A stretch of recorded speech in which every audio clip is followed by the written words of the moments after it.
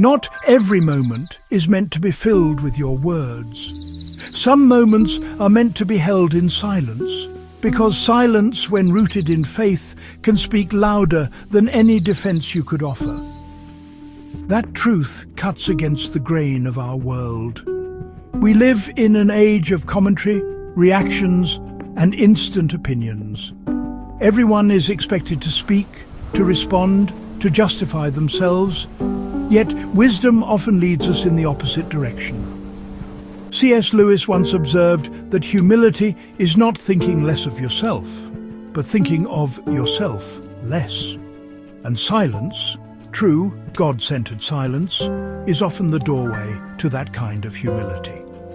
It pulls our attention away from self-justification and fixes it back where it belongs, on God. I've learned, often through struggle, that silence is not weakness. It is strength under control.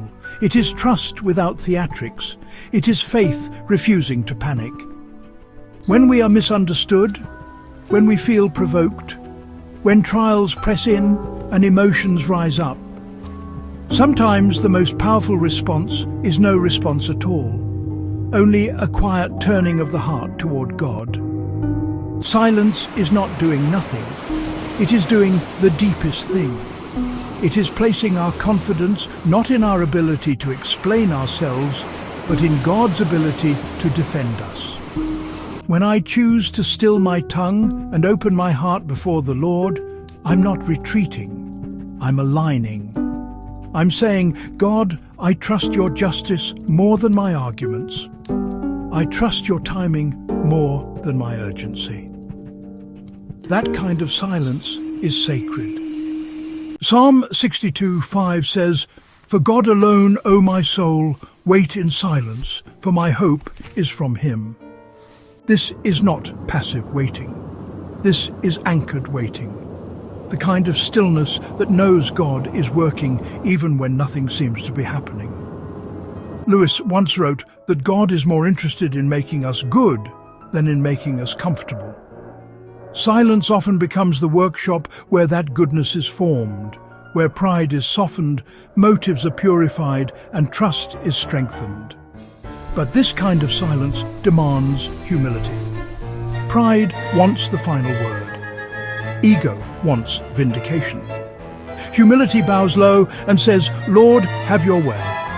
Proverbs 13:3 reminds us, "Whoever guards his mouth preserves his life." This isn't suppression, it's stewardship. You are guarding the peace God placed in you. You are protecting the work he is doing beneath the surface. And here's the deeper truth. Silence is never empty. It is filled with God.